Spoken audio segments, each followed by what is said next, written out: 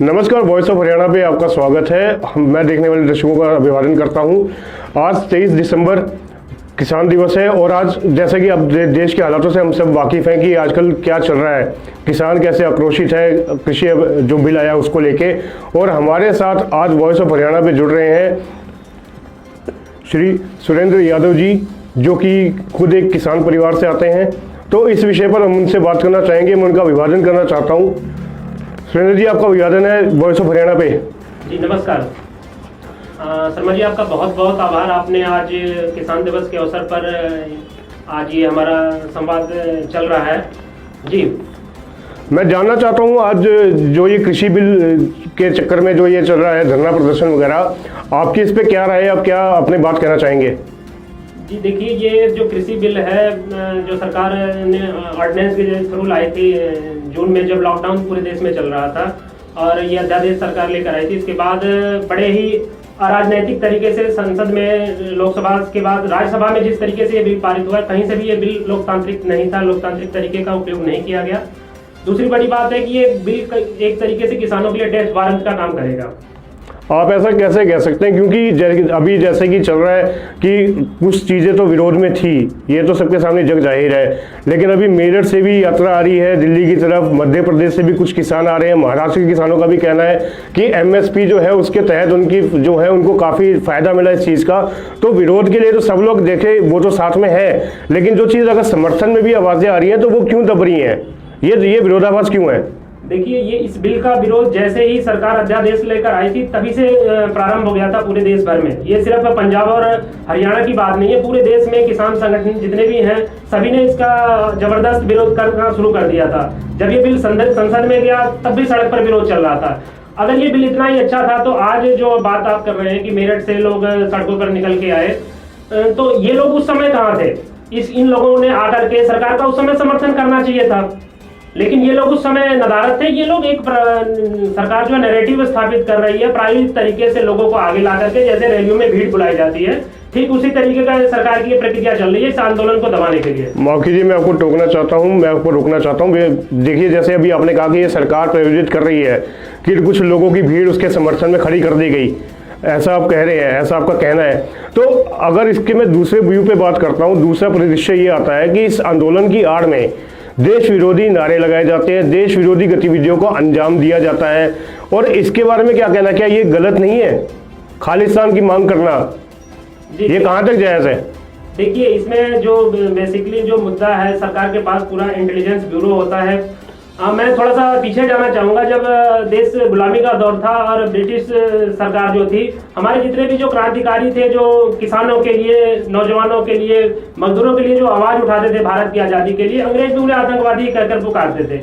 तो ये कोई बड़ी बात नहीं है। हमारे देश में अंग्रेज तो चले गए, लेकिन एक मानसिकता अभी भी कहीं ना कहीं उस तरीके की है। जो भी लोग आंदोलन करते हैं उनको दबाने के लिए, ये इस तरीके की बातें कही जाती हैं। सुनील जी, देखिए, ये तो बात जग जाहिर है। उस वक्त देखिए जो आज का समय है और जो तब का समय था उसमें बहुत फर्क आ चुका है, ये हम भी जानते हैं, आप भी जानते हैं। सोशल मीडिया के जरिए लोगों ने इस चीज़ को वायरल होते हुए देखा है, ऐसे वीडियोस आए हैं, फोटोज आई हैं, और आज भी कहीं ना कहीं ऐसा हुआ है कि इस आंदोलन को किसी तरीके से कोई और जो है हथियाना चाहता है। तो मेरा सवाल सिर्फ ये था कि क्या इस आंदोलन की आड़ में किसानों के समर्थन में सब है, उनके लिए सब साथ में खड़े हैं, लेकिन अगर आंदोलन की आड़ में कोई देश विरोधी गतिविधि होती है तो क्या आप उसे जायज ठहराएंगे? देखिए, इस आंदोलन में जितने भी जो संगठन है, सभी लोगों ने एक स्वर में इन लोगों का बहिष्कार भी किया कि अगर इस तरीके के कोई भी अराजक तत्व जो इस आंदोलन में घुसने की कोशिश करते हैं, जो क्योंकि ये बहुत बड़ा आंदोलन है। आप देख रहे हैं कि दिल्ली की सारी सीमाओं पे चारों तरफ से ये आंदोलन है, जो बॉर्डर लग रहे हैं, और ये जो भीड़ आ रही है इनको नियंत्रित करना भी एक तरीके से बहुत अपने आप में बड़ा काम है। तो ये जो संगठन है, जो किसान संगठन है, वो इनको लेकर पहले भी सफाई दे चुके हैं कि ऐसे देश विरोधी ताकतों का हमारे से कोई लेना देना नहीं है। तो इसमें बिल्कुल स्पष्ट क्या जो होगा, बात अब किसानों के मुद्दे की होनी चाहिए, भटकाना नहीं चाहिए मुद्दे को। बात जो कृषि बिल की है, किसानों की है, उस पर बात आप कीजिए, मेरा जवाब होगा उस पर। बाकी ये तो सभी पार्टियों की, चाहे कोई भी पार्टी आप ले लीजिए, कांग्रेस हो, भाजपा हो, सबके अपने अपने आईटी सेल होते हैं। उन आईटी सेल के द्वारा ये चीजें आगे बढ़ाई जाती हैं। ये कोई बड़ी, चलिए, बात आपने आईटी सेल की बात की, मैं उसी पे आता हूँ। अब जैसे कि आपका कहना है कि ये विशुद्ध रूप से किसान आंदोलन है, किसानों के समर्थन में किसान अपनी बात कह रहे हैं, लोकतंत्र है, सबको अपनी बात कहने का अधिकार है, किंतु ये कहाँ तक जायज़ है कि कुछ पार्टियां, कुछ राजनीतिक पार्टियां प्रत्यक्ष या परोक्ष रूप से इस आंदोलन को अपना समर्थन दे रही हैं? तो इस पर क्या कहना है कि मतलब एक तरफ तो यहाँ से राजनीतिक आंदोलन कहा जाए या अराजनीतिक आंदोलन है, तो ये स्थिति जो है ये स्पष्ट होनी चाहिए ना दोनों तरफ से। अगर किसान है तो किसान की बात करें। जी। मैं टिकैत जी की बात करता हूँ, पहले वो इस कानून के समर्थन में आए थे। मैं दिल्ली सरकार की बात करता हूँ तो उन्होंने भी साइन किए थे। पंजाब सरकार में, पंजाब में ये कानून लागू नहीं है, किंतु वहाँ से मूवमेंट सारी हो रही है। तो एक तरह से राजनीति तो इसमें दिख ही रही है ना, ये कहाँ पे छुप रही है, ये बात कहाँ छुप रही है, ये बताइए। देखिए, ये जो किसानों का विषय जो है और जो विशेषकर एमएसपी का जो विषय है, न्यूनतम समर्थन मूल्य का, ये स्वामीनाथन आयोग की जो रिपोर्ट है, सभी किसान संगठनों ने मांग करी थी कि इसको जैसे कि तैसे लागू किया जाए, लेकिन सरकार ने उसको लागू करने में भी कुछ ना कुछ चालाकी बरती है। दूसरी बात, आप जो कह रहे हैं कि जब भी किसान आंदोलन होते हैं, आप देख लीजिए 2014 से पहले जो किसान आंदोलन होते थे उसमें कहा जाता था कि ये किसान जो है भाजपा से प्रेरित है। आज जब भाजपा का शासन है और किसान आंदोलन कर रहे हैं तो ये कहा जाता है कि ये किसान जो है कांग्रेस से प्रेरित है या वामपंथी है।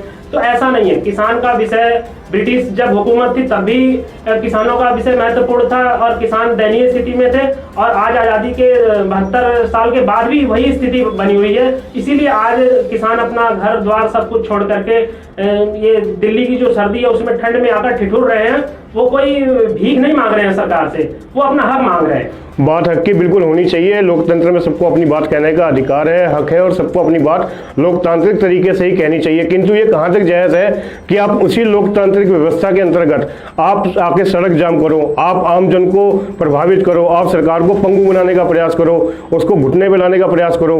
आपको अपनी बात कहनी है, अपना विरोध प्रदर्शन करने के और भी तरीके होते हैं, किंतु किसी व्यवस्था को जिसे कहते हैं कि कमजोर करना या उसे प्रभावित करना, ये कहाँ तक जायज़ है? इससे आम लोगों को जो तकलीफ हो रही है, क्या वो किसी को दिखती नहीं है?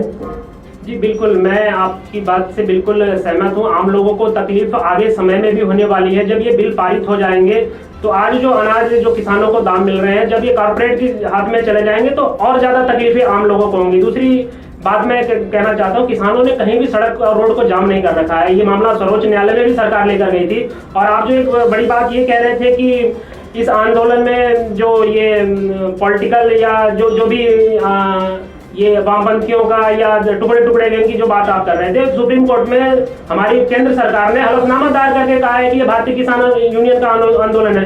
तो ये सरकार के जितने भी प्रतिनिधि हैं, चाहे सांसद हैं, मंत्री, इन लोगों को अपनी बातों से सोच समझ कर अपने बयान देने चाहिए।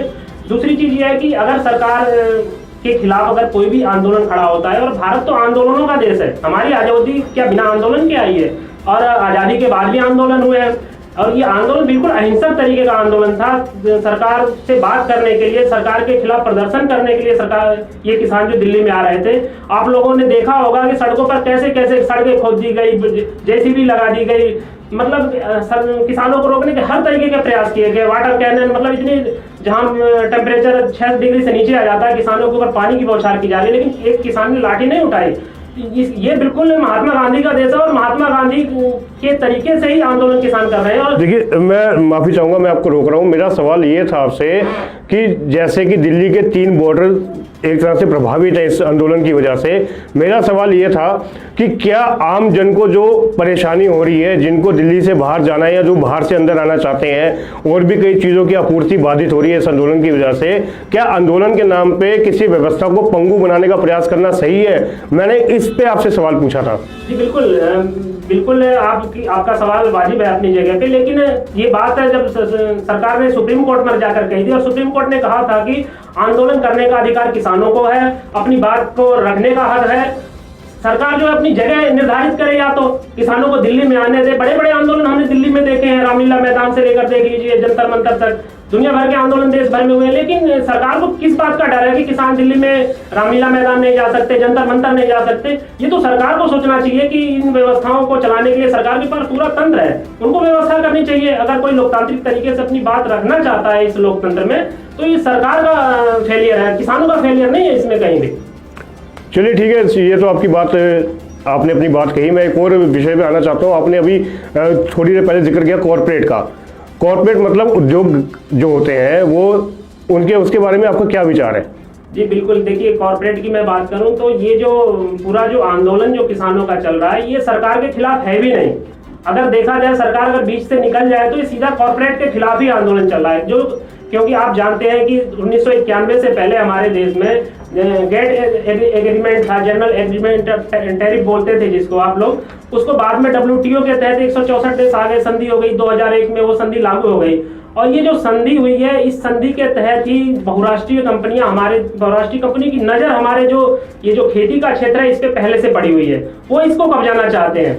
तो ये सब सारी जो भी नीतियां बनाई जा रही है WTO एग्रीमेंट के तहत ही जो उनकी शर्तें हैं, सबसे बड़ी तो समस्या ये है कि सरकार बीच में आती है, सरकार के खिलाफ आवाज किसान इसीलिए सरकार से नाराज है कि ये जो मोदी सरकार है, जो केंद्र की सरकार है, ये जो WTO की जो आर्थिक शर्तें हैं उनको आर्थिक सुधार के नाम पर थोप रही हैं। ये बड़ी विषमता है और बड़ी विचित्र बात है। आप मोदी जी अगर केंद्र सरकार कहे कि हमारी मजबूरी है, कांग्रेस ने जो WTO एग्रीमेंट साइन कर रखा है हम उसको निरस्त नहीं कर सकते, तो मैं ये पूछना चाहता हूँ सरकार से, क्या हमारी संसद से बड़ा WTO है?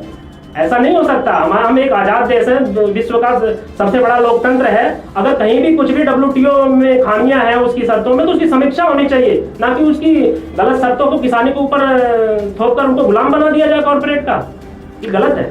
देखिए, जहाँ तक बात आती है कॉर्पोरेट के गुलाम बनाने की, उद्योगों का गुलाम बनाने की, लेकिन एक बात को नकारा तो नहीं जा सकता कि देश की जो अर्थव्यवस्था है उसको चलाने में, उसको गति देने में उद्योगपतियों का, उद्योगों का बहुत बड़ा हाथ होता है।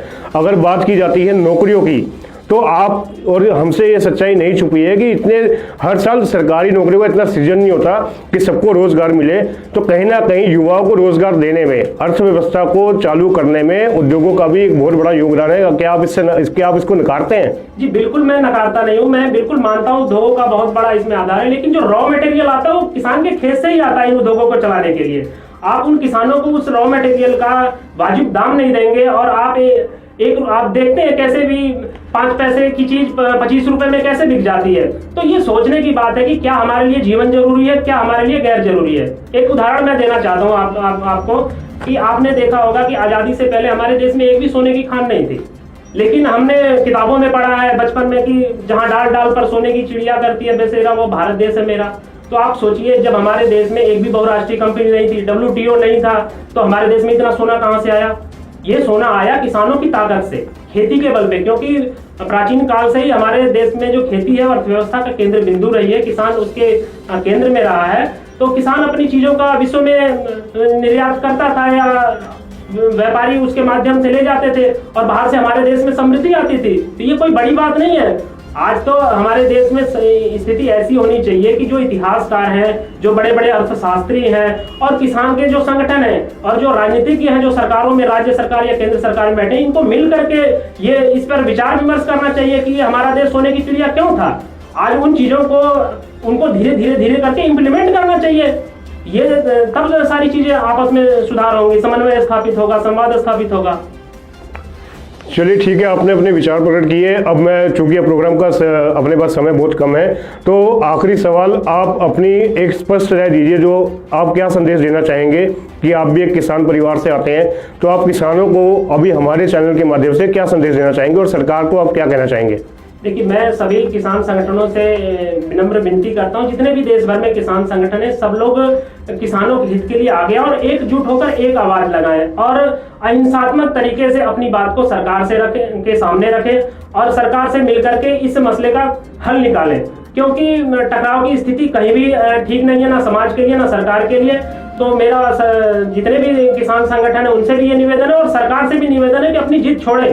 पहली जो किसानों की सबसे बड़ी जो मांग है, जो MSP की है, गारंटी कानून जो चाहते हैं, उसको लागू करें।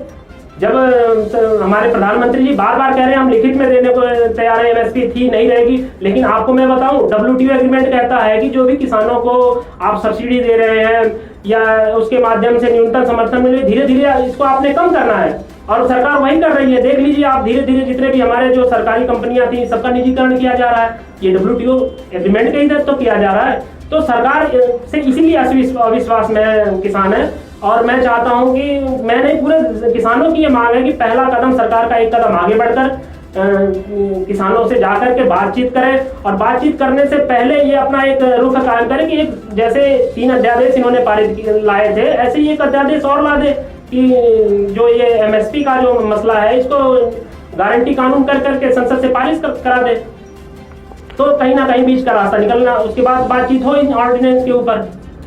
जी, हमसे बात करने के लिए शुक्रिया, आपका धन्यवाद। जी बहुत बहुत धन्यवाद, नमस्कार।